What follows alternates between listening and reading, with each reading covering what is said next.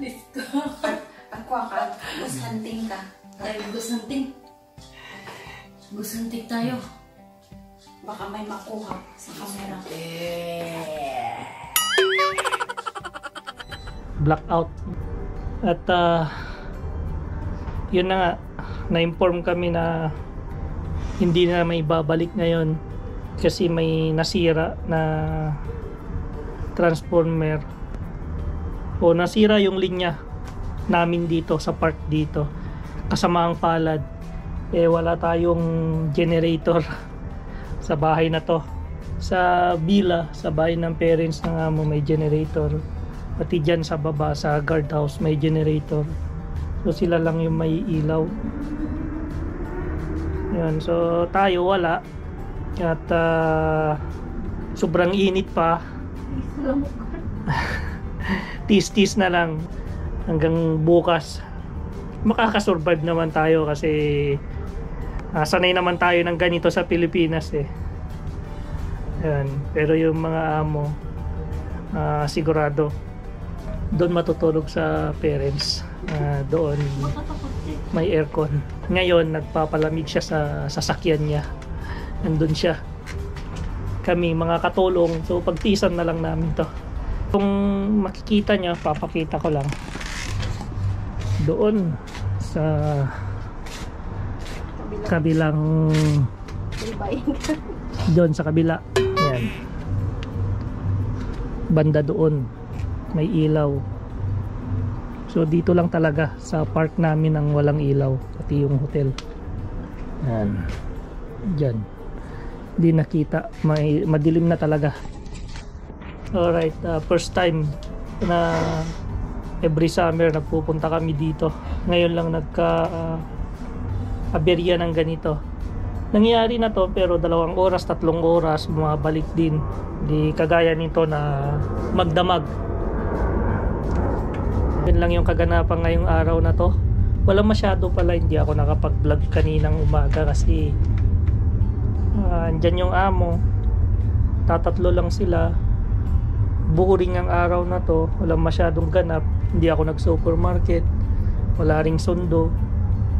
Yan, maski ako kanina nakaupo lang doon sa kusina, pabalik-balik ang amo, nakikita niya nakaupo. So wala masyadong kaganapan maliban dito sa brownout. So ito yung kaganapan ngayon. Yan, dito sa loob ng kwarto namin.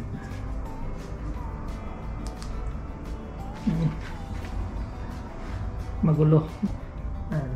Ginagawa ko pa yung file namin, so tutuloy ko na lang bukas. Kamalas ngayong gabi pa nangyari. Yan si Maringera. Dito muna kami. Hindi ako sira. Hindi ako sira. Yan, dates. Papahangin muna, mainit sa kwarto.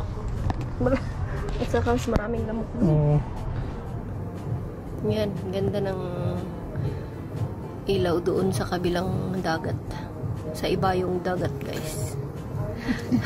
Swerte sila, may kuryente. Ang lakas ng ano na yan, yung zoom nga natin kaunti.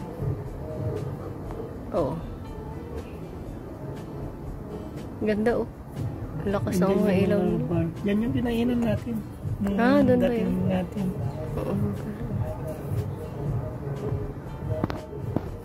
Hindi ang party dyan. Gubia. Yan yung gubia.